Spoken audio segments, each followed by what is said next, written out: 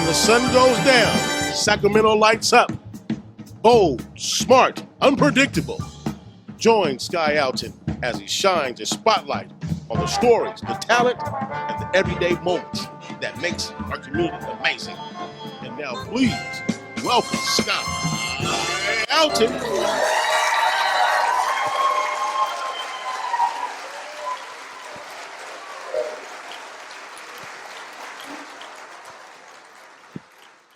Welcome to another episode of Everyday Amazing. I'm your host, Sky Alton. Ladies and gentlemen, today we've got a comedian in the building who's been making people laugh both online and on stage. His viral clips, real-life humor, and fearless comedy style have been getting a lot of attention lately. We're going to talk about his journey, stories behind the jokes, and what it takes to make people laugh for a living. But don't just take my word for it. Let's take a look at some of his work. I got all my junk and I'm getting up out of it. This is going to tell you how my childhood was. This is a joke my father used to tell me to put me to sleep. So this is going to tell you how crazy my childhood was with the pimp father. My dad come in smelling like cocaine and Henderson. They put his hookers to sleep. Y'all go on back to bed. Yeah. You hoes did a good job. Y'all lay it down. Now it's time to put my son to bed. He come in there and he told me this story. He said, a little boy busted in the room while his mom and dad was having sex. He said, you get out of this room. Don't you ever come in here again. What's wrong with you? The little boy run in the room. He's crying. Oh. The daddy come in and say, man, McGee, just go watch. Don't you tell nobody what you seen me and your mama doing. The little boy took the watch. He went to school. He said, yeah, boy, number one, go watch.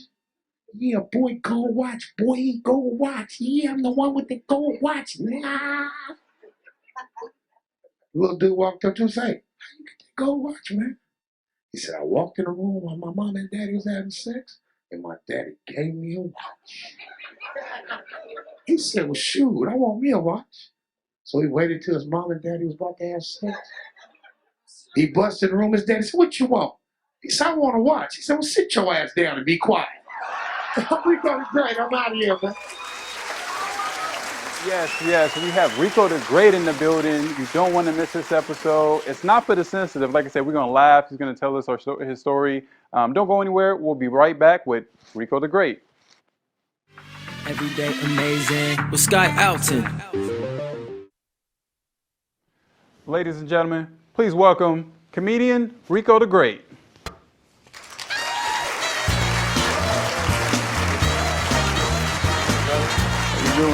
Blessed to see you, man. Good to see you, man. All right. Glad you can make it, man. How you feeling? Yeah, man. Blessed, man. Blessed? Okay, yeah. I appreciate you giving me your time, man. Man, it's nothing, man. Man, so, man, first off, man, before we get started, man, tell the people out there a little bit about, like, who you are, man, and how you got started in comedy. Well, it's funny how I got started in comedy, man. A friend of mine just threw me on stage one day. He was like, man, you funny, man. I was like, man, I don't do no comedy. I ain't no funny dude, you know, because I was scared. And he just said, man, next on stage, Ricco Da Great. And threw me on stage. And you had no idea? I had no idea. I didn't know nothing about a joke. I didn't know nothing about nothing. So he wanted to see you fail. You know, he wanted to basically, see you nah. What it was that this dude had so much confidence in me from seeing me just off stage, making people laugh. And, you know, sometimes when you have a talent, you don't know because you never opened the box. You're scared.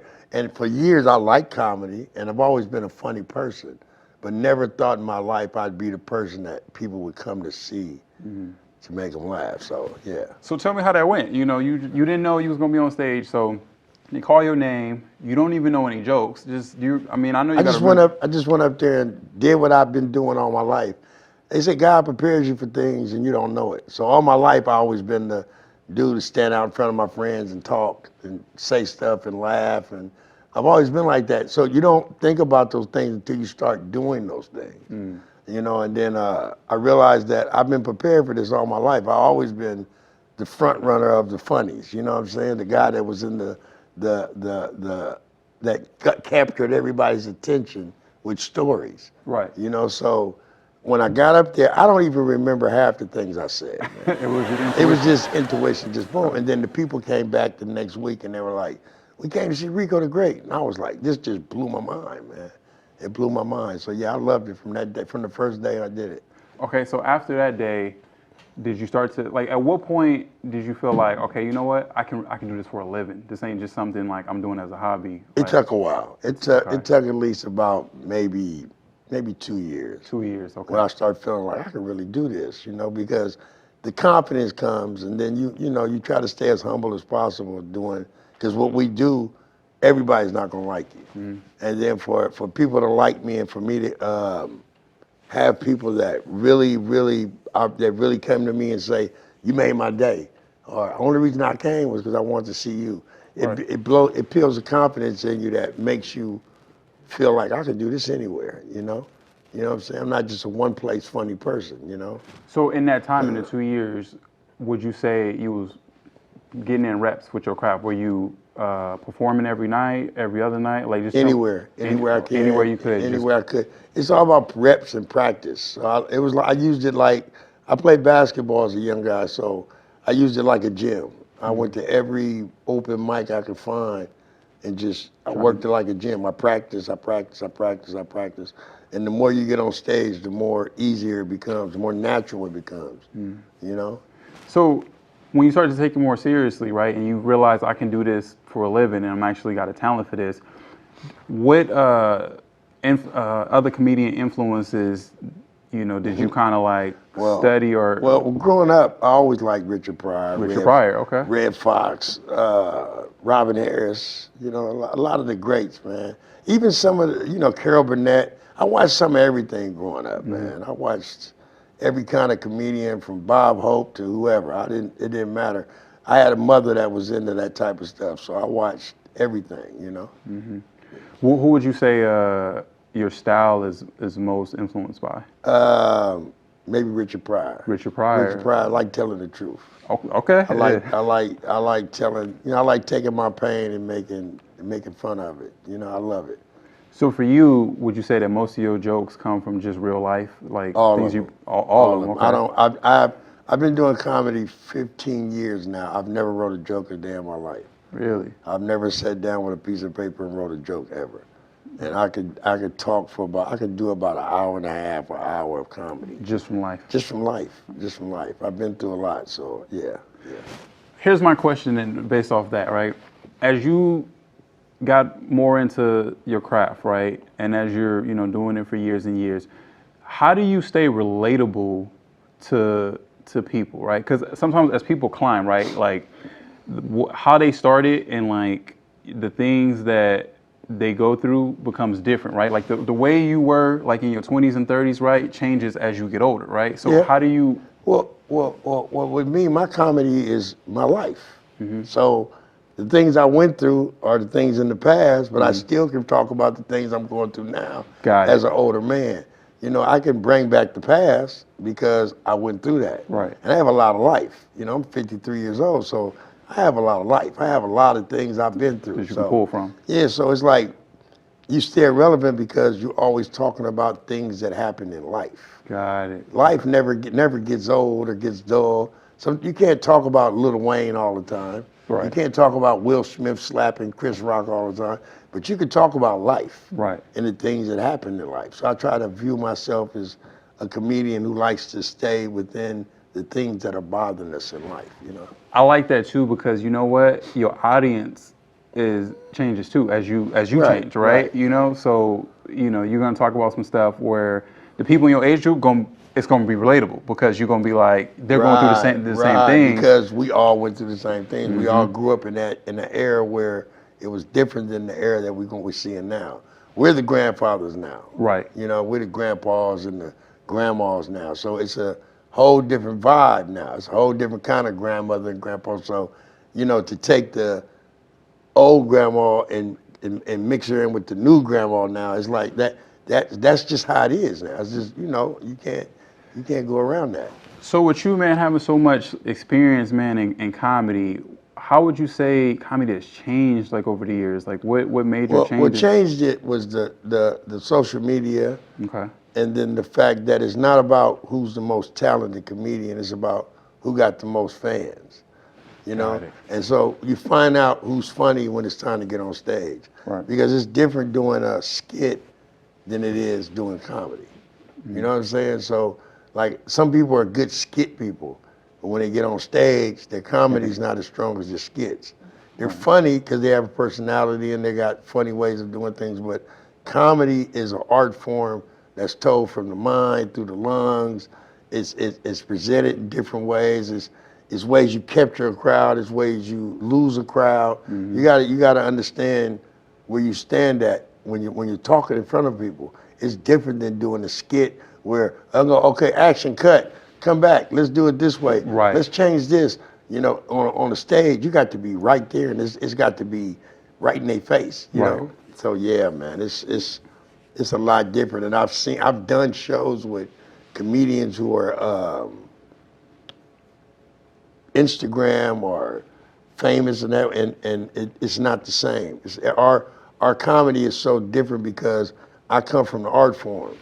They come from the personality form of just being able to talk, and some of it might come across funny, but it's not rememberable. Yeah. It's not a joke. It's just, yeah, women ain't this, and women, you know, Right. You know, which one of you women, you know, you catch a guy, you could tell when he's out of jokes when he starts asking questions like, who was born in 1970? Yeah, who was born in 19? You know, you have no material because Right. you want to go to start. Then that's where it's like the game has changed a lot with the crowd work. Everybody wants to talk about the crowd now. Yeah. Nobody's doing jokes anymore. I saw that. It's more or less, hey, you, I'll talk about you. What kind of job you got? Oh, are you, that's comedy, and I don't knock it Right. because I got friends who are living off that. Yeah. I got a friend that's the master of that, Nate Jackson. Send a shout out to him, Nate Jackson out in Washington. Nate Jackson's incredible with it. You know what I'm saying? But it's starting to become every comic's go-to thing now. So you're not hearing jokes, you're hearing Just crowd more or work. less crowd work. Yeah. You know, they're bringing the crowd into so then that causes other comedians who don't do that to go on stage, and now the crowd is coming for that. So now they Right. want to be part of the show instead of listening to for the the show. jokes, So yeah. now you get into it with the hecklers, you get into it with the people who think they're funnier than you. You know, it's crazy, man. It's crazy. So, man, okay, with all that being said, and I, you know, I went to a show, man, where I know exactly what you're talking about. I was at a show, I ain't gonna say no names just yet, but I was at a show recently where I felt like the dude ran out of jokes or whatever, Instagram famous guy, and he ran out of jokes and it was just all crowd work. But with that being said, I wanna say, how do you handle, man, being on a ticket with somebody that you know you funnier than, man? I always wondered that, man. Like, Well, you have to humble yourself, and you do your job and expect them to do their job. You know, I've done shows with comics who are way more famous than me, and after a show, I've had people say, like, you should have been the headliner. Right. But I don't come for that. Yeah. I don't come to crush the headline or destroy the headline. I just come to do me. You know, that's not my main fact is not, let me go come in here and show this guy I'm funnier than him. I'm just being me. Yeah. It's not even about a competition with me. It's just a matter of who I am and how far along I am with what I do, you know? So it's a compliment in all range, but you really don't want to hear that because I might go up on stage before a dude who's been doing comedy maybe 30, 40 years. Right. And somebody be like, oh, you was funnier than so-and-so. And I just want to look at him and tell him, like, I might have sound funnier to you now because you're not used to me. Right. And what I'm saying is funny, but this guy's been painting these pictures for 30 years. I can't take nothing from you. Right. You know what I'm saying? But then there's some comedians that have been doing it for a long time that they're not really funny to me. Yeah. You know, they just, I don't know what they got or what they've done to move their process forward. They're not that funny. You know? I like what you said, man. Like I said, I can tell you just humble about it because I always wondered that, you know, I get it. Like, you know, everybody's trying to eat, right? So, you know, sometimes if you can get on tour with somebody, like you mentioned, like, you know, now these guys are big, have a big following, right, from social media. And then all of a sudden they want to say, okay, because I got a big following on social media, I want to do a tour now. And then they bring you guys, the veterans, to come and like open up for them and stuff like that. And it's like, again, you're humble, so you're like, listen, I do it because I get a chance to you know, do my thing. But at the same time, you know, I always felt like I always wondered like how comedians, you know, kind of handle that. Because it's like, man, I'm opening for this guy that's like, you know, 20, 30 years like younger than me or whatever, and he don't understand the art of the joke or whatever. But at the same time, it's like, I got to go out there and do my job. I ain't got time to worry about like, how he do. Right. And so just the fact that, you can go out there and be like, listen, I'm not trying to there to outdo him. I'm just there to make people laugh, set it up for him. If he hit it out of the park, cool. If not, I mean, hey, I did my job. That's not my problem. Yeah. That's not my problem what he does. All I'm worried about is what I serve. I don't worry about other. See, a lot of times comedians get on stage and they worry about what other comedians think. Yeah. And I'm not there to entertain the comedians. Yeah. I'm not there to get any merit or value from them. I'm there to make people laugh, do my job, and go on about my business. We're going to get into more about that. But before we do, man, we got to take a quick break, and we'll be right back after these messages. Everyday amazing with Sky Alton. ¿Qué pedo, everybody? My name is Eric Martinez, founder of Cristo Supper Club, and you're watching Everyday Amazing with Sky Alton. Everyday amazing with Sky Alton. Welcome back to the show. I am still here with Ricco Da Great. So before we went to break, we were talking about, how humble you are and you just go out there to do your craft. But something you had said earlier that I want to touch on is, man, you mentioned hecklers, man. And for one, I want to know how you handle hecklers. And then two, do you remember a time when, the heckler was just, man, it was just really like memorable, and how did you get past that? Well, I come from the old school bagging or capping or so a heckler's nothing. I love that. I'll destroy you. I have the mic. Yeah. And if I can't destroy you when I have the mic, then I don't need to be on stage. You know what I'm saying? That's a good point. I'm gonna light you up. I don't care who you are. You could be my cousin, my sister, my brother. I'm at work, you talking, I'm gonna light you up. Right. I'm known for that. It's like known at my shows. Like, Ricco, don't do it. I've had dudes tell on their grill, like, start talking, because they know I don't play the talking during my show. So I've had hecklers get mad, want to run on stage. Man, I've had people, man, I'm gonna get you after the show. Wow. And they were heckling you. And they were heckling me. But sometimes people come to comedy shows to not really laugh. I've seen those people. They come with their girl and they be like this the whole time. So they pay good money to get in there. To really, they're really not happy in their spirit. Because if you're not spiritually happy, I don't care what comedy show you go to, it's not gonna make you happy. Right. So if your spirit is messed up when you come to a comedy show, or you're not coming to a comedy show to cleanse your spirit, right, or to give your spirit something beautiful, then you're gonna come in with that attitude. Right. But I've seen those same dudes go from this to, man, this dude's crazy. But you never know what somebody's going through. That's true too, yeah. You can't judge from their posterior, but I've seen people come to shows and that's what they come to do, to ruin the show. To ruin the show. Yeah. Right. So, man, with that being said, do you have a favorite city, man, that you love performing in? And if so, why? Well, I like the Bay Area. Okay. They give you a lot of love. Bay Area, Sacramento does too. LA is just, it's LA. And I did the Apollo in New York. New York was beautiful. It was really nice. It was really nice to New York. New Jersey was good too. Good people in New Jersey, yeah. Now, I know for you, it's just always like your life, right? Now, with everything that's going on in comedy right now and social media and stuff like that, do you feel that sometimes you have to hold back from saying certain stuff or whatever? Because you see social media now, people are just looking to light people up for, certain stuff, right? Well, with me, it's like, I don't even get into that, man. Like I say, I just talk about life. I don't even talk about social media and what's going on in the. Everybody knows what's going on in the world. Right. And I don't want to make light of somebody's situation, and it doesn't come out right. Right. So I don't ever want to come off to hurt anybody. I want to be able to laugh with people, not at people. Right. I can make a situation where I can laugh at you, but I'd rather for us to laugh with each other. Right. You know what I'm saying? And it'd be a healthy laugh, instead of a laugh of, you embarrassed me, I don't want to embarrass nobody. So I really don't get into people's lives and what actor did this, or I might say something about it, but like the puppy situation, I didn't have a bunch of jokes for that.